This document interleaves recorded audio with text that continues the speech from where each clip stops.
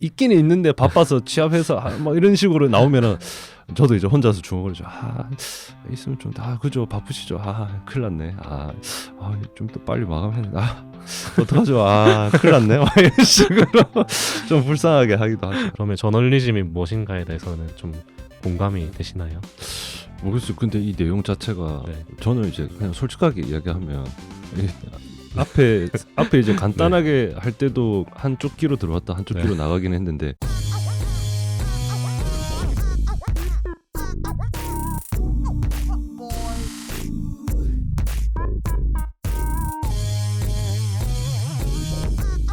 경남을 넘어 대한민국이 사랑하는 언론 경남도민일보가 만드는 본격 뉴스 비평 방송 뉴비자 지금 시작합니다. 저는 김현수입니다. 네, 저는 최환석입니다. 네, 안녕하세요. 이원재입니다. 제 그 요청에 또 흔쾌히 와주셨는데 네. 또 보시는 분들한테 한번 소개 부탁드리겠습니다. 네, 안녕하십니까. 저는 이전에 뉴미디어부였고 지금은 시민사회부에 있습니다. 뉴미디어부에서 제가 1년 있었나요? 예, 있었는데 다시 이렇게 이 스튜디오에 오니까 감회가 좀 새롭습니다. 네. 이제 나가고 나서 되게 좋은 공기 맡고 있었는데 또 개하네. 언제 한번 불러주나 했는데 이제 이번에 이렇게 불러주셔서 뭐 준비는 뭐 따로 안 했습니다. 네. 시상식 그 상 받으신 느낌이었어요. 지금 네. 네. 진짜 제가 뉴미디어부 처음 와서 이제 언제든지 필요하면 연락을 해라, 불러라. 이게 보통 이제 한국 사람들이 자주 하는 다음에 식사 한번 하시죠 라는 말처럼 이제 던졌는데 어떻게 또 불러주니 그렇습니다. 네. 진심은 그게 아니실 거라 생각합니다. 네. 저 항상 따뜻한 선배시기 때문에 그래서 또 흔쾌히 와주셔가지고 또 너무 감사하고 또 저희가 이번에 저널리즘 기본 원칙이라는 책을 가지고 북리뷰라고 해야 될까요? 그걸 하려고 하는데 일단 그 원재 기자가 한번 읽어보니까 어때요? 전체적인 느낌이? 전체적인 느낌은 이제 저널리즘 원칙에 대해서 얘기하는 거다 보니까 잠시 잊고 살던 기자 정신에 대해서 한번 다시 생각하게 되고 뭐 그랬던 것 같습니다. 전체적인 실용적인 부분도 좀 있었던 것 같고 기자인데 기자 정신을 읽고 있었다는 건 좀 이해가 안 됩니다. 잠시 잠깐 바빠서 이제 바빠서 뭐가 그렇게 바쁘길래 열심히 제목 따는 왜 편집 기자도 기자 아닙니까? 이제 편집 기자도 얼마나 그게 중요해요. 감론에 대해서 죄송합니다. 죄송합니다. 제가 감론. 오늘 잔소리 모드가 온이 돼가지고 지금 죄송합니다. 하고 싶은 말인데 참고 있었는데 딱 듣자마자 바로 그 생각이 들긴 했는데 고맙습니다. 저에게 먹잇감을 던져줘서. 이 책이 이제 제가 절대 읽고 오지 마시라고 당부를 드렸는데 당부를 한 게 아니라 아예 오늘 뭐 하는지도 이야기를 안 해주셔서 아무런 준비가 없었습니다. 대략 어떤 건지는 설명을 뭐 책 이야기를 저는 아예 안 들었습니다. 일단 한 줄 알았는데 전혀 안 했습니다. 의도한 거라고 생각하겠습니다. 왜냐하면 저희가 이제 저나 원재 기자나 취재 경험이 많지가 않으니까 이 책이 이제 원칙에 대한 책인데 이게 현장에서는 어떻게 적용되는지 또 안 된다 하면 또 어떤 어려움이 있는지에 대해서 좀 듣고 싶어서 이 책을 전혀 모르는 상태에서 더 그게 비교되고 이렇게 되지 않을까 싶어서 했는데 제가 뭐 참고로 저는 이게 우리가 보통 언론사 들어오면은 원재 기자, 연수 기자는 다녀왔는지 모르겠는데 그 신입 기자 교육을 다 가잖아요. 저는 안 갔습니다. 못 갔죠. 못 갔고 그리고 전공도 제가 뭐 신방과라든지 그런 전공이 아니다 보니까 사실 지금도 저널리즘이 뭐냐 누가 물어본다면 뭐 쉽게 대답을 못 하죠. 그냥 어쨌든 그 직업 윤리 정도를 인식을 하면서 이제 기본적으로 내가 지켜야 할 것들 그런 선을 사실 현장에서 느끼면서 이렇게 체화하면서 풀어내는 중이라서 뭐 이 책하고 조금 다를 수도 있고 아니면 그 책에서 말하는 게 우리가 이제 교과서처럼 꼭 해야 된다 뭐 이런 뭔가 이런 원칙들은 아무래도 지키고 있지 않나 뭐 그런 생각이 듭니다. 일단 저는 일단 체화가 안 돼 있기 때문에 네네네. 제 입으로 떠들면 네네. 그 현장도 모르고 말이야 이렇게 이제 해주시면 될 것 같고. 네네. 네. 저 어제 그 페이스북에 네네. 분노하신 것도 봤는데. 그렇죠. 그것도 또 저널리즘으로 좀 따질 만한 가치가 있겠습니까 그런 것도. 사실 이제 어떤 내용이냐면 그 서울신문이었죠. 서울신문에서 그 한 기자가 이 탈고도 안 된 그리고 이제 뭐 데스킹도 거치지 않은 글이 이렇게 노출이 된 거죠. 온라인상에 기사로서. 그게 이제 쇼트트랙 500m 경기에서 이제 좀 편파 판정 논란이 있었는데 이제 그것과 관련된 내용이었었고 막 같은 문장이 막 반복되는 뭐였죠? 뭐 생각도 안 나는데 편집으로 띄우겠습니다. 네네. 하여튼 그런 글이었는데 저는 이제 그게 호응을 얻는 것 자체가 좀 사실은 납득이 잘 안 되더라고요. 왜냐면 이게 기사가 아니었거든요. 그냥 우리가 그냥 일기장에나 쓸 일기장에도 사실 그런 식으로 안 쓰죠. 네, 뭐 그런 글을 온라인상에 기사라는 타이틀로 이렇게 노출이 된 것 자체가 호응을 받는 그 상황이 좀 이상하더라고요. 네, 이게 뭐 참 기자 뭐 이런 반응을 보고 이 기사가 아닌데 왜 사람들이 물론 이제 그 상황에서 뭔가 속 시원한 데를 긁어주니까 그런 반응이 나왔겠다 싶은 생각이 들면서도 어쨌든 그거는 뭐 우리가 사적으로 이야기할 수 있는 범위에 있는 내용이었거든요. 뭐 쇼트트랙 경기, 저건 편파 판정 아니냐. 뭐 하나네. 뭐 그럴 거면 너네들끼리 해라. 뭐 이런 식으로 말할 수 있는 거는 사적인 영역인 거고 이게 기사 같은 경우에는 공적인 그런 공익적인 그런 거잖아요. 그래서 좀 답답했습니다. 어쨌든 좀 답답했고 미디어 오늘에서 이제 그 논란 관련해서 소동이라고 해서 이렇게 기사를 썼던데 거기서 이제 뭐 일각에서는 그런 저처럼 이렇게 이야기하는 비판이 나온다라고 했는데 그거를 일각으로 이야기를 해야 되는 건가? 오히려 저는 미디어 오늘이라면은 조금 더 나를 세워서 이런 글이 호응을 얻고 뭐 하는 이게 노출된 그런 데스킹 없이 노출된 그런 과정에 대해서 좀 지적을 했었어야 되는 거 아니냐. 여튼 생각이 좀 많았습니다. 일각이 이제 기자인데 나는 그렇다 약간 이런 건데 그런 것도 이 책에 다 나옵니다 이제. 나중에 한번 읽어보시겠습니까 책을? 네, 알겠습니다. 알겠습니다. 이 책이 근데 진짜 약간 아쉬운 거는 번역투가 너무 심해가지고 좀 읽는데 속도가 더디긴 했는데 그래도 좀 다 읽긴 했고요. 제가 4세도 그 개정 4판에 샀는데 2만 원 주고 2만 원이나 하는 책. 거기는 이제 2021년 버전으로 해가지고 추가된 부분은 거의 그 트럼프 욕하는 거 정도만 추가돼서 내용은 거의 뭐 비슷하다고 보면 되고 일단 책이 잠깐 소개를 드리자면 그 일단 미국 언론인 2명이 이제 집필했고요.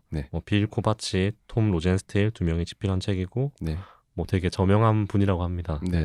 이분이 이제 미국 언론계 한 100년사에 걸쳐서 다양한 시행착오를 겪으면서 쌓은 어떤 그런 개념 같은 거를 정리하고 저널리즘 원칙을 10가지로 이제 정리한 책이고요. 그래서 10개가 있는데 뭐 다 이제 할 수는 없고 그 중에 한 2가지 정도만 저희가 살펴보려고 하고 있고요. 그래서 원칙 10개는 다 한번 보고 읽어볼까요? 2개를 고른다는 이야기죠. 아닌가요? 첫 번째가 이제 진실에 대해서 이제 저널리즘의 첫 번째 의무는 진실에 대한 것이다. 두 번째는 저널리즘의 최우선적인 충성 대상은 시민들이다. 저널리즘의 본질은 사실의 확인에 기울이다. 기자들은 그들의 취재하는 대상으로부터 반드시 독립을 유지해야 된다. 기자들은 반드시 권력에 대한 독립적인 감시자로 봉사해야 된다. 저널리즘은 반드시 공공의 비판과 타협을 위한 포럼을 제공해야 한다. 저널리즘은 반드시 최선을 다해 시민들의 중요한 사안들을 흥미롭게 그들의 삶과 관련 있는 일로 인식할 수 있도록 전달해야 된다. 저널리즘은 뉴스를 포괄적이면서도 비중에 맞게 다뤄야 한다. 네, 기자들은 그들의 개인적인 양심을 실천해야 하는 의무가 있다. 그들의 선택을 통해 뉴스 생산에 참여하는 시민들은 또 뉴스에 관한 권리를 행사할 수 있다. 그러나 그들은 책임감을 느껴야 한다. 그들이 스스로 생산자와 편집자가 되는 상황에서는 더욱 그렇다라고 이제 정리를 하고 있고요. 네. 네, 한번 보시니까 어떤가요? 네. 뭐 들어왔다가 나가는 걸 보니까 제 귀에 들어왔다가 반대편 귀로 나가는 걸 보니까 좀 맞는 말이죠, 근데. 네. 맞으면서 이제 재미없는. 네. 그렇습니다. 네, 이제 이 중에서 저희가 첫 번째 저널리즘은 무엇인가 이제 정의하는 부분이랑 세 번째 저널리즘의 본질은 사실 확인의 규율이다. 이제 두 가지만 볼 거고 이제 주로 나눌 내용이 저널리즘은 무엇인가 거랑 이제 진실, 그다음 정확성, 객관성 이렇게 주로 용어 개념 정리를 하면서 우리 현실에서 어떻게 적용되고 있는지를 보면 될 것 같고요. 처음에 이제 이게 제가 보기에는 1번부터 10번까지가 중요도 순으로 돼 있는 것 같아서 그런가요? 그 맨 처음에 보면 저널리즘이 무엇인가에 대해서 저자가 얘기하는데 주로 이제 현장 기자들은 저널리즘의 뭔지에 대해서 알아보려고 하지도 않는다라고 이제 얘기를 하는 부분이 있는데 책에 나오는 부분은 자신이 왜 일하는지에 대해서 물으면 자신의 어떤 선한 의도만 얘기한다든지 아니면 자기는 좋은 보도를 하려고 노력을 하고 있다 정도만 이제 얘기하는데 그치고 있다라고 하고 그 선한 의도라는 거는 이제 우리가 하는 일이 우리가 하는 거대로 하면 앞으로 사회가 나아질 거다 정도로만 얘기를 한다든지 아니면 뭐 우리 사회에 도움되는 일 하고 있다 정도 얘기하고 뭐 공정하게 보도하려고 노력하고 있다 정도로만 이제 얘기하는 거에서 그친다고 이제 저자는 얘기를 하고 있고요. 그래서 뭐 뉴스는 이제 그날 제일 가치 있는 거를 보도하면 그만이다라는 그런 인식이 좀 기자들을 좀 수동적인 존재로 만든다고 그렇게 얘기를 하고 있습니다. 그래서 좀 수동적인 존재가 되면 뭐가 문제냐라고 이제 물을 수 있을 것 같은데 저자는 이제 기자들이 자신이 무엇을 하는지를 좀 적극적으로 설명하지 못하기 때문에 시민들이 그 언론을 신뢰하지 못한다고 이제 얘기를 하고 있고요.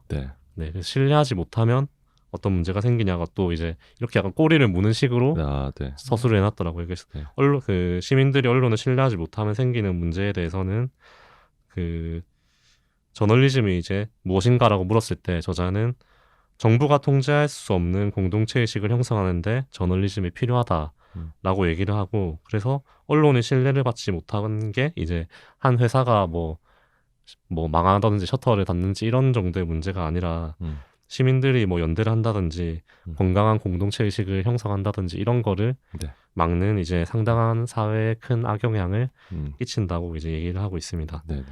그러면 저널리즘이 무엇인가에 대해서는 좀 공감이 되시나요? 모르겠어요. 근데 이 내용 자체가 저는 이제 그냥 솔직하게 이야기하면 앞에 이제 간단하게 할 때도 한쪽 귀로 들어왔다 한쪽 귀로 나가긴 했는데 지금 이렇게 풀어 쓴 내용도 되게 뭐라 해야 되지? 두루뭉술하다 해야 되나? 뭔 말을 하는지 대략은 알 것 같은데 감이 좀 안 잡히는 그림이 안 그려지는.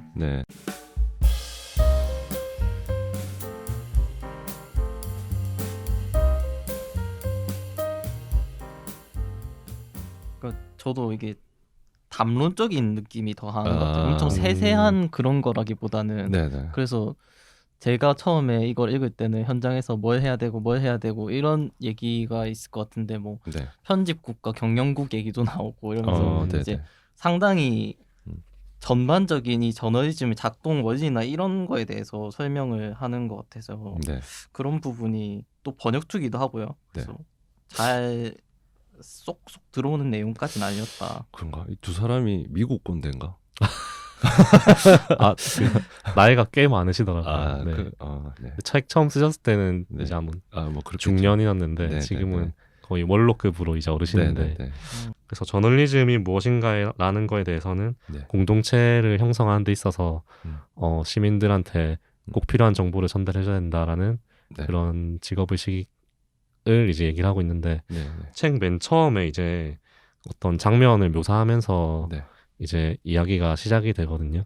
그게 이제 1981년에 폴란드의 어느 아침을 묘사하고 있는데 아마 그 선배는 이런 교양을 많이 아셔서 1981년에 폴란드라고 하면 아실 것 같은데 안 태어나셨을 때 아닌가? 계속 이야기할. 알겠습니다. 1980년에 이제 폴란드에서 네. 공산당 소속이 아닌 그 노동자들끼리 진짜 단결해서 네. 그런 노조를 만드는 이제 그런 게 이제 배경이 있고, 81년에는 이제 되게 뭐 라디오나 이런 데서 공산당을 좀 풍자하거나 이런 이제 프로그램이 많이 생겼다고 합니다. 그래서 그런 거를 이제 한 17세의 이 청소년이 아침에 일어나서 라디오 주파수를 맞추면서 이 풍자하는 걸 들으면서 하루를 시작하는 그런 거를 이제 보여주는데, 이제 81년 12월 13일에 이제 쿠데타가 쿠데타래. 81년 12월 13일에 계엄령이 이제 발동이 돼서 방송이 다 끊기고 이런 정보가 다 끊겼을 때 사람들이 이제 가만히 있지 않고 거리로 이제 그 우리로 치면 그 땡전 뉴스라고 하죠. 저녁에 국영 방송에서 하는 뉴스를 그 듣지 않겠다라는 항의 표시로 다 같이 거리에 그 시간에 나와서 운동을 한다든지 뭐 그렇게 하고, 또 어느 도시에서는 TV를 창밖으로 내놓고 화면을 창밖으로 이제 내놔서 좀 저항을 표시한다든지 좀 이런 식으로 이제 연대를 했고, 또 그때 이제 지하신문이라고 해서 이제 돌려보는 그런 것들이 많이 생기고, 또 다큐멘터리 같은 것도 만들어서 몰래 보고 했다라는 거를 이제 설명을 하면서 이 책은 저널리즘을 설명을 하고 있거든요. 그러니까 시민들이 이렇게 연대할 수 있는 힘이 그 바탕에는 이런 저널리즘 의식이 있었기 때문에 가능하다라고 하는데, 사실 멀리 갈 곳도 없이 우리나라가 더 예시로는 더 와닿기도 하는 부분이 있는 것 같아서 뭐 박근혜 대통령 이 퇴진 이제 탄핵을 당할 때 그때를 생각해 보면 그게 더 와닿기도 하는 것 같고요. 뭐 저는 이 이야기를 이제 들으니까 드는 생각이, 저는 이제 우리가 보통 종이 신문, 뭐 종이 책의 위기, 뭐 이런 이야기를 하잖아요. 그러니까 그 어떤 이야기를 전달하는 수단의 위기일 뿐이지, 그 이야기에 대한 수요 같은 것들은 뭐 인류사에서 뭐 사라지지 않은 적이 없지 않습니까? 모든 사람들이 다 갈망하는 그 대상이 결국 그 이야기인 거고, 그 정수는 그대로 살아있고 그 의미는 더 이제 점차 부각이 되죠. 왜냐면은 그 수단이 엄청 다양해지니까 그 쏟아지는 정보 속에서 비슷한 글들은 하나로 묶이거나 뭐 이렇게 빠지고, 그 안에서 또 독특한 글들은 또 생명력을 더 얻어서 더 널리 공유가 되고, 그래서 그 전달하는 수단의 위기일 뿐이지 내용은 항상 살아있다. 그게 이제 뭐 저널리즘이 뭐 중요하고, 그 중요성을 나름 모두가 다 체화하고 인식하지는 않을까, 그런 생각이 들죠. 그래서 꼭 이 책에서도 꼭 저널리즘 이꼴 언론 이렇게 보지는 않는 것 같고, 그렇죠. 뒤에서도 뭐 이제 뉴미디어 시대에는 우리가 알고 있는 이제 기자들이 알고 있는 언론의 틀을 좀 벗어나야 된다라고 이야기하는데, 그래서 어떻게 벗어날지는 좀 그 책엔 안 나오더라고요. 그래도 이제 우리가 언론 신뢰도가 막 바닥이다, 뭐 이렇게 기레기 뭐 이런 이야기들이 나오지만은 결국에 사람들이 어떤 중요한 순간에는 그 아직까지는 그 뉴스, 그러니까 이제 언론사에서 기자가 양산해내는 기사에 대한 신뢰가 있잖아요, 분명히. 예를 들어서 뭐 이렇게 급한 어떤 이슈가 터졌을 때 우리가 주변에 이렇게 인터넷에 온라인에 돌아다니는 글에는 우리가 크게 이렇게, 물론 이제 자극적이면은 눈이 가겠지만은 그거를 남한테 전달하려고 할 때는 이게 어느 순간에 걸리잖아요. 명치에 뭐가 딱 걸리듯이 이 이야기 사실인가? 뭐 그런 게 되는 거죠. 근데 기사에서 이런 이야기가 나왔다라고 이야기할 때는 그래도 이제 걸리는 게 좀 덜하다는 거죠. 그래서 아직까지는 유효하지 않나. 그래서 이제 역할이 또 중요해지는 거고. 그래서 뭐 우리가 뭐 얘기할 때도 근거대로 하면 뉴스에서 봤다고 하면 그렇죠. 그게 신뢰의 어떤 그런 거니까. 그래서 저도 이거를 이제 보면서 진짜 어렵다 하고 생각도 들면서 그리고 이제 쉽지가 않구나. 그리고 기사 자체가 완벽하지는 않아요. 하나의 그 텍스트로서의 그 정보로서 완벽하지는 않죠. 우리가 이제 통계 자료 같은 것들도 기자들이 전부 다 전달할 수는 없잖아요. 그 안에서 이제 포인트가 되는 것들을 뽑아서 이렇게 전달을 하는데 그러다 보면 이게 와전될 수도 있는 거고 그리고 또 기자가 어떤 의도를 가지고 일부만 발췌해서 쓰는 경우도 생기는 거고 그래서 이제 결국에는 기자의 그런 기사에 대한 그런 신뢰는 기자 혼자만 만들어내는 게 아니라 그거를 이렇게 수용하는 수용자들도 비판하고 검증하고 하면서 이게 서로가 이제 그걸 쌓아가는 거겠죠. 네, 그게 저는 중요하다고 생각합니다. 그리고 앞에 이야기했던 게 그런 거죠. 시민이 뭐 아까 이 저자가 이야기했다는 뭐 내용 귀에 안 들어오시나 보네요. 네, 안 들어옵니다. 네네. 네, 결국 이제 대충 그냥 요약하자면 공동체를 형성하거나 그렇죠. 연대를 할 때 기본 베이스가 이제 언론의 그런 정보니까 그게 중요한 역할이다라는 것 같고 그 일방 전달이 아니라 지금은 이제 더 쌍방 역할이 더 중요해진 사회다 보니까 그렇죠. 요새는 기사를 보고 기사가 맞는지 확인하려고 유튜브를 본다던가 이런 그렇죠. 경우도 있으니까. 근데 그게 사실 다 또 공부 아니겠습니까 우리가.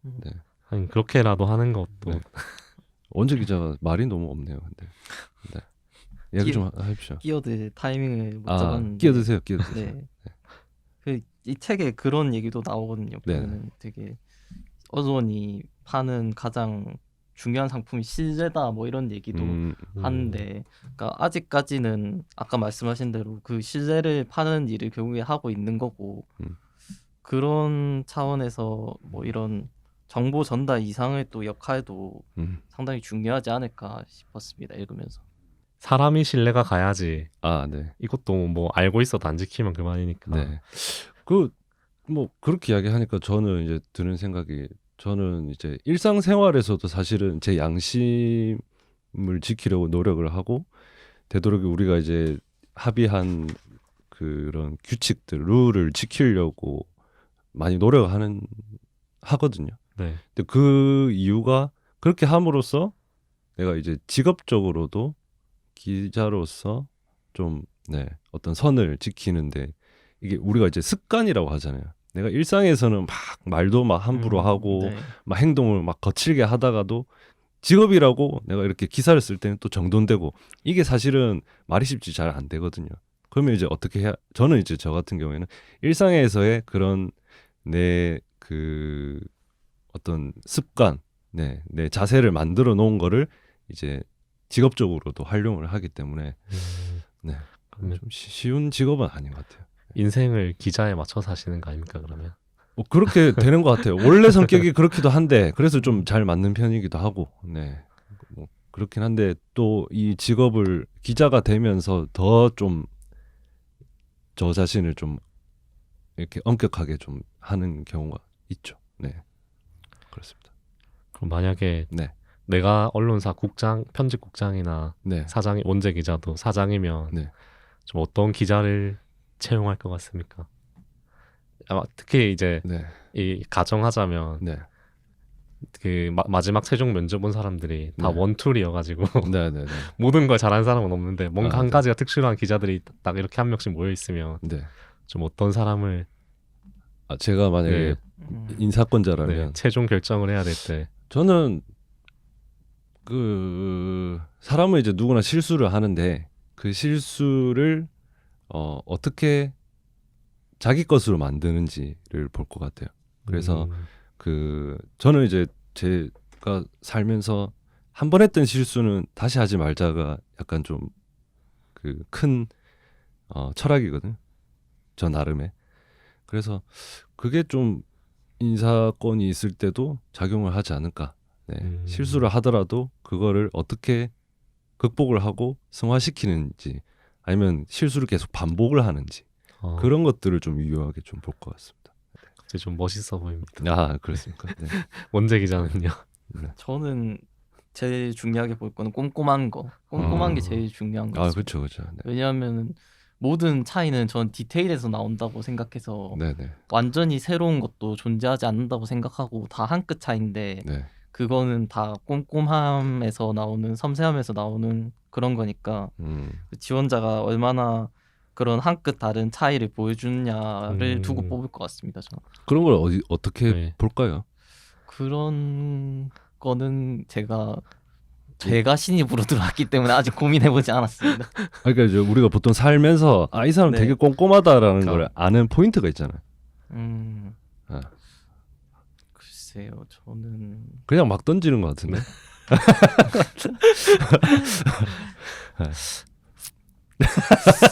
꼼꼼하지 못하네.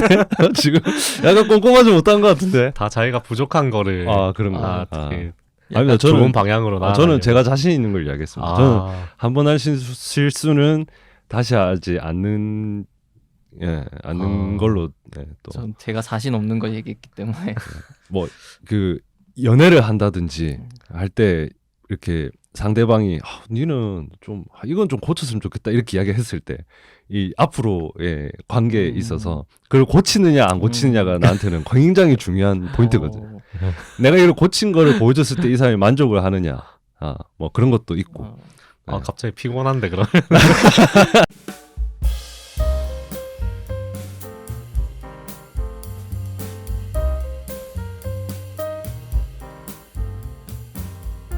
그래서 저희 진실 얘기하려 했는데 그래서 네. 공동체와 그런 거에 정확한 정보를 전달하려면 진실을 추구하려는 자세가 중요하다라고 해서 그래서 이제 책에서 중요하게 생각하는 거는 이제 진실이랑 사실이랑 구분해서 맞아요. 이제 판단해야 된다는데 아까 그 말씀하신 것 중에 뭐 뭐든지 다 맞는 기사는 없다라고 말씀하신 게 좀 이런 맥락일 거거든요. 그렇죠.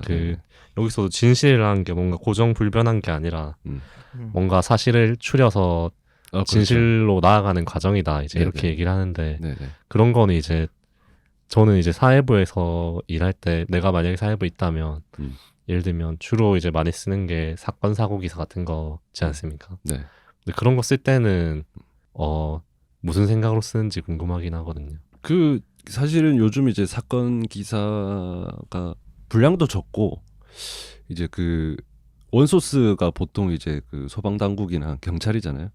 거기서 나오는 자료도 굉장히 제한적이고, 그러다 보니까 좀 이제 좀 등한시되는 경우도 없지 않아 있는 것 같은데, 되게 쓸 때 되게 고민을 많이 해야 돼요. 왜냐하면 예를 들어서 뭐 어떤 피의자와 관련된 기사를 쓸 때 이 사람이 아직 재판을 받지 않았다면 우리가 잘 알다시피 무죄 추정의 원칙이 적용이 되잖아요.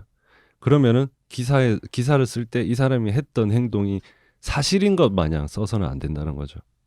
그거면 이제 문장을 쓸 때 굉장히 고려를 많이 해야 되는 거죠. 그 혐의라는 거를 꼭 짚어줘야 되고, 그리고 경찰이 이 사람을 그런 혐의가 있다고 보는 거지 내가 보는 건 아니잖아요. 그리고 그 사람이 실제로 그걸 했는지 안 했는지는 그 추가 수사도 필요하고, 그 사람이라든지 뭐 피해자가 있다면 피해자가만 아는 것들, 그런 사실들, 그런 것들이 중요하죠. 그래서 되게 고민을 많이 합니다. 쓸 때. 그러면 그 쓸 때 왜 쓴다고 생각하십니까? 사건 사고 기사는? 일단 사건 기사 같은 경우에는 경각심도 있는 것 같아요. 이제 경찰에서도 자기들이 판단해서 자료를 내거든요.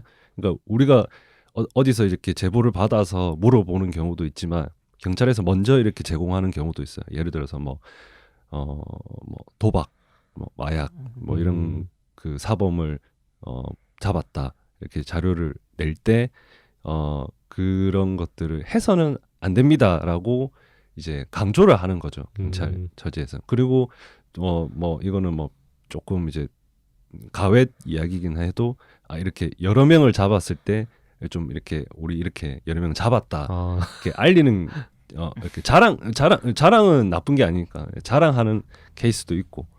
근데 그 안에서 그 자료 안에서 우리가 이제 또 기자들이 이제 이게 사회적 이슈가 될 만한 내용을 뽑는다든지, 그리고 이게 경각심을 어떻게 전달할 것인지를 또 이제 고민을 하니까 저는 경각심이 좀 주된 케이스인 것 같아요. 우리가 살인 사건 이런 것도 되게 자극적인 요소긴 해도 사람을 죽여서는 안 된다는 거 우리가 이제 누구나 알지만 이런 기사들을 보면서 어떻게 사람을 죽일 수가 있지? 이런 식으로 생각을 하잖아요.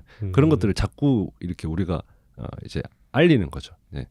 뭐 그런 역할인 것 같아요. 사건 기사, 사고 기사도 불이 났다 이런 것도 원인이 있을 거잖아요. 뭐 전기 장판을 뭐 관리를 제대로 안 했다든지 그런 요소들이 분명히 있고 그걸 보면서 아 맞다. 아 오늘 나도 전기장판 관리 잘 안 했는데 이참에 좀 해볼까? 뭐 이런 식으로 영향을 미친다는 거죠. 그런 의미가 있는 것 같아요. 네. 사건 사고 기사는. 네. 저도 이제 사회면 편집할 때 늘 그 속에서 싸웠던 게 뭐라도 조금 더 이게 읽히려면 약간 더 자극적인 거를 제목에 쓰고 좀 특이한 것들 자꾸 이런 거 이제 찾게 되는 것 같아서 근데 또 이게 막상 뭐 이거를 기사에 썼어도 사람들이 안 읽어주면 좀 그러니까 늘 이게 읽히게 하려면 좀 제목에다 그런 거를 써야 될 것 같기도 한데 좀 요새는 인터넷에는 너무 좀 그런 게 심하긴 해가지고 그렇죠. 뭔가 엽기적이거나 그러니까 그거는 이제 결국엔 기자의 다른 의도가 있다는 거죠. 클릭이 주가 되는 거고 예를 들어서 저는 그렇게 생각하는 게 뭐 저도 사실은 이제 편집을 해봤죠. 네. 해봤고 이제 기사를 지금 이제 계속 쓰고 있지만 그런 자극성만으로 이게 널리 퍼지지는 않는 것 같아요. 오히려 자극은 휘발성이 강하잖아요. 그러면 이게 이어서 잘 안 가진다고. 어제 살인 의도가 뭐 되게 자극적이던데 이렇게 이야기하고 나면 그날에 이걸로만 끝이 나는데 저는 이제 다르게 생각하는 거죠. 당장에 이 조회수가 우리가 이제 온라인에 우리 홈페이지 들어가면 확인이 되잖아요. 조회수가. 조회수가 내가 생각했던 것보다 낮지만 그걸 보고 고민을 해서 또 사람들이 입으로 또 전하는 경우도 있고 뭐 메신저를 통해서 이렇게 이야기할 때도 있고 그게 이제 쌓여서 이제 점차 이렇게 뭐 이렇게 널리 퍼진다고 생각을 하거든요. 그래서 그 당장의 그런 자극보다는 충실하게 그 정말 그 정수가 뭔지를 뽑아내 가지고 전달하는 게 중요하지 않나. 그렇게 생각을 합니다. 그래서 저는 사실 예전에는 조회수나 그리고 이제 그런 어떻게 하면은 더 많이 전달될까 이런 걸 고민을 했다면 지금은 전달될 때 최대한 이 사람들이 글을 읽는 독자가 잘 전달할 수 있도록 돕는 게 무엇일까? 돕는 방법은 무엇일까를 고민을 많이 해요. 내 문장을 그대로 이렇게 읽어서 전달할 때 이게 잘 전달이 될지를 또 고민을 많이 하죠. 그 책에 보면은 이런 얘기도 나오거든요. 그 기술이 발전할 때 기술이 뭐 이런 진실 이런 것들만 빠르게 전달하는 게 아니라 가짜 거짓 이런 그렇죠. 것까지 이제 전 세계로 이제 빠르게 확 퍼진다. 뭐 그런 문제에 대해서도 얘기를 하는데 그러니까 그런 거 있잖아요. 그러니까 정말 좋은 뭐 얘기가 많이 나오는 것 중에 하나가 정말 탐사 보도를 해서 잘 정리한 좋은 탐사 보도가 있는데 그 기사보다 이제 나쁘고 자극적인 뉴스들이 이렇게 쫙 퍼지고 도배가 돼서 이제 정작 중요한 기사는 읽히지 않는다 뭐 이런 얘기도 많이 하잖아요. 그렇죠. 그런 거에 대해서는 좀 어떻게 생각을 하신가가 또 궁금하더라고요. 그 자극적인 기사가 어떤 영향을 미치기도 하죠. 뭐 잘 쓴 기사가 미치는 영향도 있고 이렇게 자극적으로 쓴 기사가 미치는 영향도 분명히 다 존재를 하는데 그 예를 들어서 아까도 이제 조회수 이야기했지만 제가 이제 어떤 뭐 문제점을 잘 짚어가지고 잘 정리한 기사가 재미는 없어서 독자한테는 잘 안 읽혔는데 그 문제에 대해서 인식을 하고 있는 이 문제를 해결할 수 있는 그 기관이나 뭐 사람에게 전달이 돼서 그 사람이 기사를 보고 아 그렇구나 하고 만약에 그거를 제가 지적한 대로 바꾼다면 그게 어쨌든 기사를 읽지 않은 사람들한테도 또 영향이 가는 거잖아요. 어떤 정책에 대한 비판을 했을 때 그 비판을 당하는 처지에 있는 사람이 수용을 해서 변화를 일으키면은 그 기사를 읽지 않은 사람들한테도 그 영향이 가는 거잖아요. 정책이 바뀌었기 때문에. 특히 지역신문 같은 경우는 직접적으로 견제 기능이 오히려 더 강하다고 맞습니다. 생각해서 뭐 당장 속보 경쟁이 아니더라도 우리가 안 쓰면 맞아요. 진짜 아무도 안 쓰는 상황이 되게 많지 않습니까? 저희 같은 경우는 좀 그런 거 하나랑 또 당장 좀 안 읽혀도 네. 저는 아카이빙 기능이 있다고 생각을 해서 맞습니다. 네. 그 두 가지를 일단 제 나름대로는 뭔가 조회수가 안 나온다거나 이래도 맞아. 스스로 이제 그렇게 이제 생각을 하면서 좀 하는 편이긴 한데 뭐 어떨 때는 또 만든 품 든 만큼 안 돼서 또 약간 아쉬울 때도 있고 어떨 때는 또 뭐 생각보다 이런 거를 사람들이 또 좋아해 주네라고 생각할 때도 있고 보면 그래서 책에서 이제 중요하게 좀 다루는 것 중에 하나가 뭐 진실 뭐 이런 것도 중요하긴 한데 최근에 제일 문제가 되는 건 객관성이라고 이제 책에서 얘기를 하는데 네네.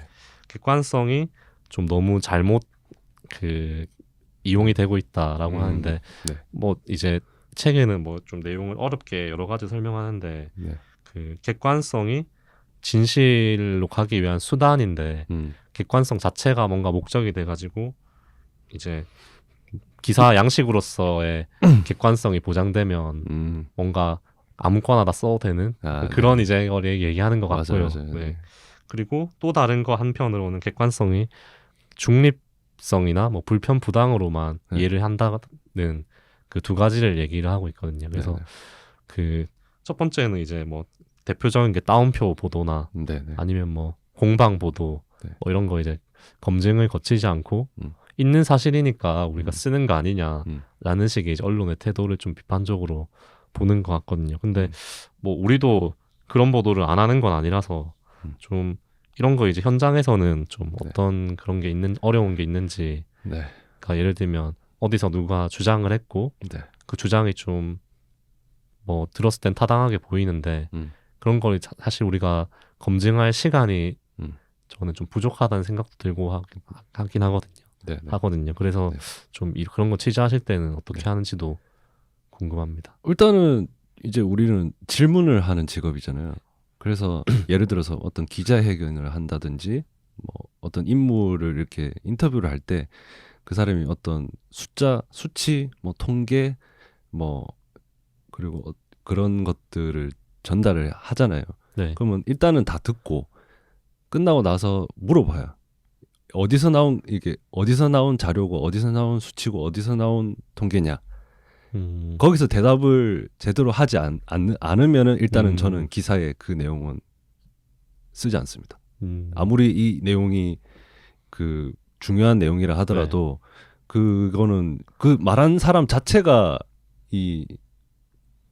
뭐라고 해야 되지? 검증이 안 된 자료이기 때문에 그게 언제더라? 뭐 2018년 뭐 이런 식으로 말하는 순간부터는 일단 신뢰도 내 취재하는 기자부터 신뢰를 하지 못하는 정보인 거잖아요. 그래서 그런 정보들은 전달을 하지 않고 근데 정말 이거는 어쨌든 이 사람이 한 멘트로서의 의미가 있는 거라면은 그렇게 물어봤을 때 그 사람이 대략적으로 그 시기라든지 어떤 출처에 대해서 대략적으로 이야기를 해주면은 끝나고 나서 다시 한번 찾아보는 거죠. 그리고 찾아보고 만약에 그 자료가 나오면은 내가 그 파악을 해가지고 정리를 하는 편이고 그렇게 해도 안 나온다. 그러면 다시 물어보고 이렇게 했는데 안 나온다. 이렇게 물어보면 그 사람이 내 기억이 잘못됐나? 뭐 이렇게 하는 경우가 있어요. 그러면 이제 그거는 보도할 수 없는 거죠. 그런 식으로 이제 좀 하죠. 근데 만약에 하루에 이제 이거 하나 쓰는데 그렇게 딱 걸리면 그냥 안 쓰십니까? 네. 오, 되게 그 약간 그런 압박이 근데 사실은 현실적으로 그거는 근데 우리가 막 그런 거 갖고 저희는 그런 분위기가 아니라서 가능하죠. 다른 데는 이제 좀 어떻게 되는지 모르겠습니다. 제가 뭐 다른 언론사 경험을 한 적이 없어서. 근데 어쨌든 저희는 그날 뭐 출고를 하지 않더라도 그런 팩트 뭐 확인이라든지 이런 것들을 중요하게 생각을 하기 때문에 물론 그 못 쓰는 거에 대한 타당한 이유는 잘 설명을 해야겠죠. 그렇죠. 금방 했던 이야기를 그대로 이야기하는 거죠. 이 사람이 어떤 중요한 이야기를 했는데 내가 검증을 해보고 다 해보니까 이게 출처가 불분명하다. 그래서 쓸 수가 없다. 라고 이야기를 하는 거죠. 그래서 뭐 그냥 대략적으로 기자회견 했다. 뭐 이런 식으로 좀 단순하게 이제 기사의 밸류를 이렇게 죽여서 이렇게 출고를 한다든지 아니면 아예 이거는 애초부터 이게 잘못된 지적이라서 좀 힘들겠다. 그렇게 하죠. 그리고 이제 객관성에서 그 공정 약간 이런 거랑 관련되는 건데 불편 부당성에 대해서도 좀 네. 비판적으로 보는 거든요. 이 네네. 분은 이렇게 편이 전혀 없는 기사가 그러면 좋은 기사라고 할 수 있느냐라는 네네. 그런 문제 인식인 것 같고 네. 뭐 그 결과적으로는 편향될 수밖에 없다라고도 네네. 이제 책에서 직접적으로 나오진 않지만 이 네. 책을 읽었을 때 생각 든 거는 네. 결국에는 기자가 판단을 내릴 수밖에 없고 관점이 들어가야 돼. 관점이 들어갈 수밖에 없고 그렇죠. 여기서도 이제 관점이 있어야지 그거는 올바른 기사라고 할 수 있고 네. 다만 이제 그 취재를 어떻게 했는지 네네. 그런 투명성을 네. 담보할 수 있으면 그런 관점이 들어간 기사가 올바른 기사라고 네. 설명을 하고 네네. 그래서 이제 객관성은 네. 너무 뭔가 오용이 많이 돼서 네네. 차라리 사실 확인의 규율을 잘 지키는 게 구체적인 매뉴얼 같은 거를 잘 지키는 게 좋지 않겠느냐 해가지고 네. 책에 나오는 게 막 이것저것 체크리스트가 많이 나오더라고요. 네네네. 그래서 뭐 여러 가지가 있는데 익명 취재원에 대해서 한번 얘기를 해보면 좋을 것 같은데 네네. 익명 취재원으로 나가야 되는 경우가 주로 어떤 경우인가요? 기사 쓰실 때는 그 취재원을 보호해야 하는 목적. 네. 그리고 요즘은 사람들이 자기 이름 그게 되게 극단되는 것 같아요. 제가 이번에 이제 창녕에 취재를 다녀왔었는데 동네 어르신들한테 이렇게 기자 이제라고 설명을 하고 어떤 취재를 하고 이름하고 이렇게 뭐 나이 이런 것들 물어봤을 때 대답도 잘 해주세요. 근데 또 어떤 뭐 이렇게 도심에서 이렇게 길에서 이렇게 취재를 하다 보면은 이제 취재를 할 때도 거절하는 경우가 꽤 많고 그리고 이제 이름이나 이런 거를 여쭤봤을 때도 답을 안 해주려고 하는 그런 경우가 많죠. 네.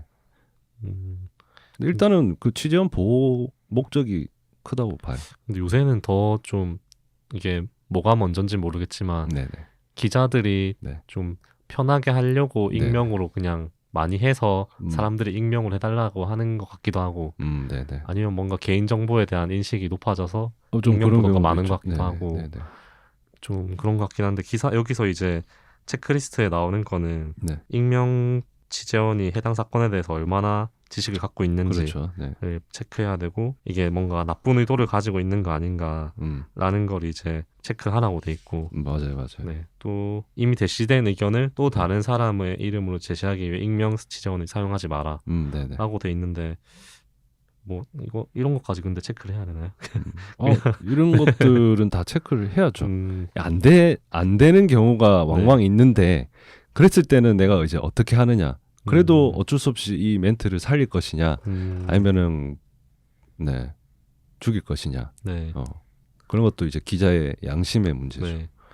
뭐 첫 번째 인용은 절대 익명 취재원을 사용하지 마라. 이런 것도 있고. 그건 아마 제일 중요한 멘트는 익명을 하지 마라. 뭐 이런 얘기가 될 것 같고.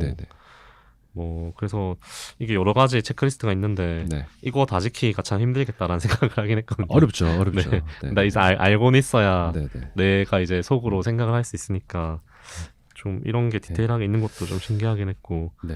그 원재 기자는 어땠어요? 이런 거 보면서.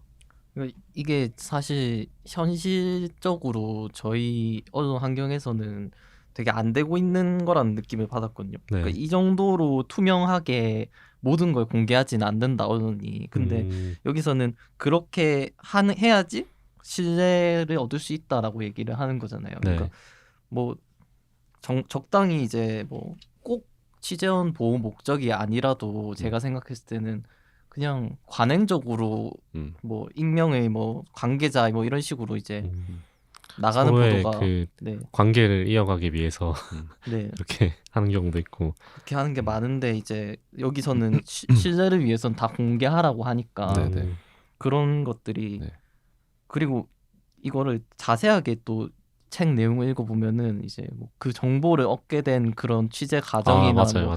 그런 거를 이제 논문 쓰듯이 이제 온라인상에 각주를 달아서 좀 하라고 인상적이었어요. 하는데 그거는 사실 제가 본 한국 언론 중에는 각주를 달아준 것이 없었거든요. 그래서 그런 것들이 좀 신기하게 그러니까 지켜야 되는 원칙이라서 저는 당연한 것들만 해놨을 줄 알았는데 상당히 디테일하게 없던 이전에 생각해보지 못한 얘기를 하더라고요. 근데 이제 그런 각주 이야기가 나와서 말인데 그 온라인 기사에서 중간중간에 박스가 들어가서 그 뭐 취재 과정 그리고 뭐 어떤 표현에 대한 설명 이런 게 들어가면 오히려 열독률이 올라간다.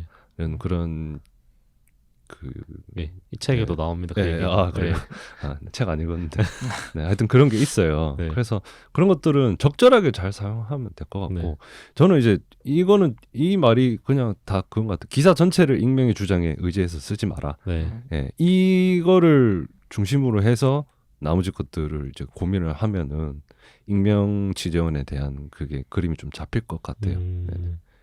저는 제 처음에 이제 경제부로 발령을 받아서 취재를 나갔을 때 제일 당황스러웠던 게 그 막 이제 전화하고부터 기사 쓰는 것까지 다 이제 저희는 다 혼자 각계 전투를 하면 좀 그럴까 각자 있으니까 그게 다른 선배들은 이거 어떻게 하는 거지 되게 이런 게 이제 궁금했거든요. 나는 이제 그냥 나대로 하긴 했는데 그래서 선배는 약간 취재 스타일이 어떤 식으로 좀 취재를 하시는 편인지 뭐 예를 들면 전화 통화를 했을 때 전화하는 어떤 스타일이나 뭐 전 최대한 친절하게. 친절하게. 약간 윽박 스타일도 있고 보면 그건 이제 사람 성격에 따라 다 다른 것 같아요. 그래서 좀 저는 약간 읍소하는 편이죠. 저는 뭐 뭐라 해야 되지? 자존심 이런 게 별로 없어가지고 그리고 이제 그 상대방의 업무하고 있는 자기 개인 업무를 하고 있는 시간에 내가 쑥 들어가는 거잖아요. 그래서 이제 저 자세로 하는 게 제 기본적인 자세죠. 갑자기 짠해지는.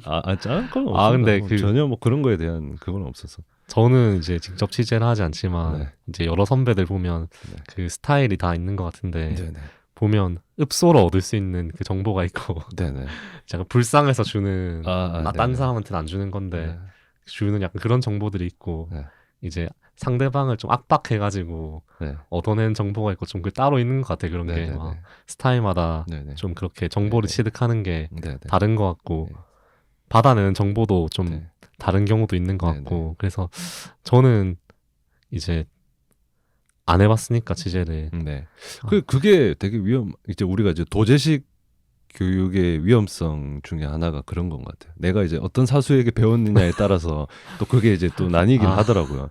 근데 저는 이제 아예 그냥 제로 포인트에서 이렇게 하다 보니까 그냥 제가 평소에 누군가한테 전화할 때 뭘 물어볼 때 하는 그대로 하거든요. 그냥 그런 식으로 이제 고착화된 것 같아요. 제 이름과 소속에 대해서 먼저 밝히고 내가 이러이러한 취재를 하고 있는데 이러이러한 자료가 필요하다. 혹시 여기서 알려줄 수 있느냐? 그럼 뭐 그쪽에서 그러면 약간 밥 있기는 있는데 바빠서 취합해서 뭐 이런 식으로 나오면은 저도 이제 혼자서 중얼거리죠. 있으면 좀 그죠 바쁘시죠. 큰일 났네. 좀 더 빨리 마감해. 어떡하죠? 큰일 났네. 이런 식으로 좀 불쌍하게 하기도 하죠.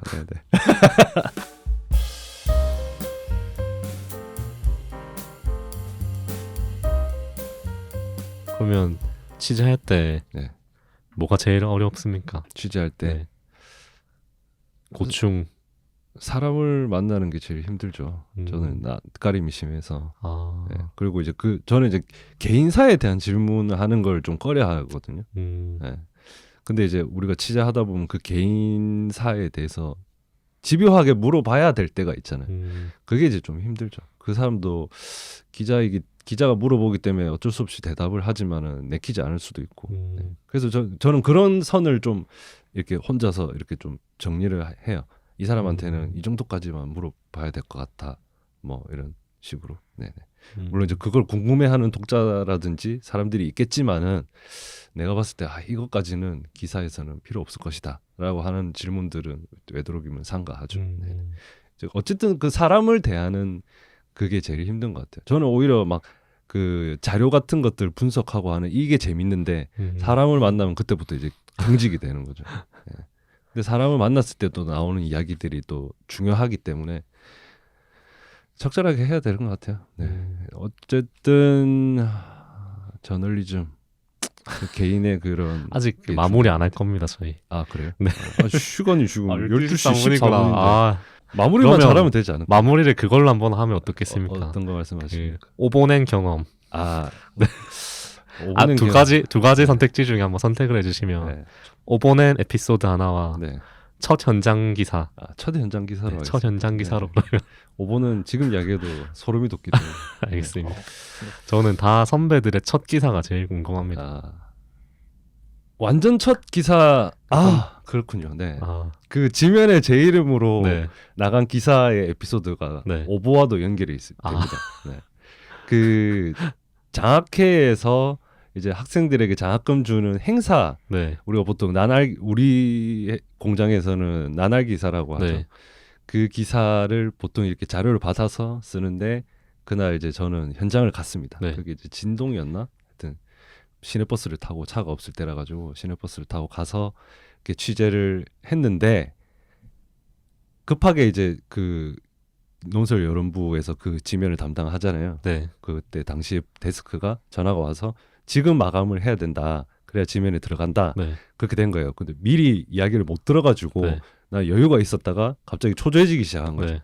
그래서 그때 이제 인터넷 되는 데가 그 동네에 마땅치가 않았어요. 그래가지고 동네 미용실에 들어가가지고 사장님한테 제가 이러이러한 사람인데 기사를 빨리 보내야 되는데 제가 지금 이게 없다. 그래서 혹시 컴퓨터를 좀 써도 되겠느냐. 네. 그래서 이제 그 집 컴퓨터로 이제 되게 느렸어요. 하여튼 컴퓨터 엄청 느렸는데 창 하나 켜지는데 인터넷 창 열리는데도 막 엄청 오래 걸리고 막 땀 삐지삐지 흘리면서 거기다가 이제 이메일로 이제 바로 기사를 정리를 하고 근데 또 그 기사 쓰는 게 익숙하지 않다 보니까 네. 그 한 3, 4회짜리 이제 머리 기사로 들어가는 거라서 그래도 한 3, 4회 되나요? 4-5줄 정도. 그 문장 하나 단어 하나 쓰는데도 너무 힘든 거예요. 그래서 막 하고 사진을 또 이제 옮겨야 되니까 사진을 막 옮기는데도 그때 사진이 또 안 됐어요. USB 네. 이런 게 막 그래가지고 SD 카드 뽑아 그게 또 연결이 또 잘 안 돼가지고 막 부랴부랴 하고 또 보내게 했는데 용량이 커가지고 또 속도가 또 오래 걸리고 막 그래가지고 어떻게든 마감을 다 하고 이제 탁 버스 타러 가가지고 해냈다. 그리고 이제 그날 집에 제사가 있었거든요. 그리고 이제 그날 이제 대판 나오잖아요. 네. 그날 프린트를 받아가지고 생생하게 기억하시네요. 제사를 갔어. 제사 가가지고 부모님한테 자랑하고 친척들한테 자랑하고 이렇게 하면서 대판을 이렇게 딱 봤는데 그 장학회가 예를 들어서 10년 됐으면은 네. 내가 9년 됐으면 내가 10년 이런 식으로 쓴 거예요. 왜냐면 나는 우리는 보통 이제 거기서 알려주는 대로 이렇게 쓰는데 안 알려줬어. 그래서 제가 직접 계산을 했단 말이에요. 연차를. 몇 년에 시작한 장학회가 올해도 뭐 이렇게 됐다 이게 내용이었는데 그거를 이제 제가 이제 계산을 실제로 한 거지. 근데 제가 숫자 계산을 막 급하다 보니까 제대로 잘못해서 하나를 더 해버린 거예요. 그게 이제 또 제목에 들어간 거라. 10년째 뭐 무슨 장학회 뭐 이런 식으로. 그래서 이제 그날 잠을 못 잤어요. 그때 제가 이제 인턴이었거든요. 그래서 나는 끝이다. 그리고 내일 가서 마지막 결론은 고민의 끝은 새벽 한 5시쯤에 고민은 네. 출근해가지고 그만두겠다고 말을 해야 되겠다. 큰 잘못을 했으니까. 네. 그때 이제 우리 김주환 이사님이 편집국장일 때 살 떨린다. 네. 가서 얘기했죠. 첫 오보라고 할 만한 걸 학부사에서 했는데 저도 숫자를 틀렸거든요. 그렇죠. 숫자 그래서 숫자가 진짜 무서운 것 같아요. 그래서 지금 숫자는 10번을 다시 봐요. 10 보고 또 보고 또 보고 또 보고. 네. 17회였으면 제가 16회라 적어가지고. 그렇죠. 네. 근데 그래서 저도 그만둔다고 했거든요. 그때. 근데 저는 그만둔다 말은 안 꺼냈습니다. 저는 그만둔다 했더니 맞았거든요. 그때. 그래서 안 그만둔다 그때. 그래서 왜 틀렸냐고 물어보셨을 때 제가 지금도 칭찬받는 게 경위서를 잘 쓰거든요. 어떤 일이 어떻게 왜 벌어졌는지에 대해서 잘 쓰는 이유가 그게 이제 중요하니까 왜 틀렸는지를 알면은 다음에는 실수를 안 하기 때문에. 그래서 내가 이러이러한 상황에서 숫자를 정확하게 표기를 하고 싶었고 스스로 이제 계산을 하면서 연차 계산을 내가 하나를 더 해버렸다. 그런 식으로 이제 설명을 드리니까 알겠다. 다음엔 실수하지 마라 하고 조용히 넘어갔었죠. 그게 이제 가장 기억이 남네요. 오보이자 첫 한 번에 두 가지를. 네, 한 번에 두 가지를. 네. 그래서 저는 그 실수가 사람을 만드는 거잖아요. 그래서 아까도 뭐 인사권자일 때 그 실수를 어떻게 극복하는지가 중요하다. 네. 거기서 멈출 것이냐, 그거를 극복을 해서 앞으로는 그런 실수를 하지 않느냐에 달린 것 같아요. 네. 그 메타인지. 그게 메타인지. 네. 네. 내가 뭘 모르는지 아는 거. 그렇습니까? 네. 끝내겠습니다. 네. 사람은 어쨌든 부족하기 때문에 계속 이제 배워야죠.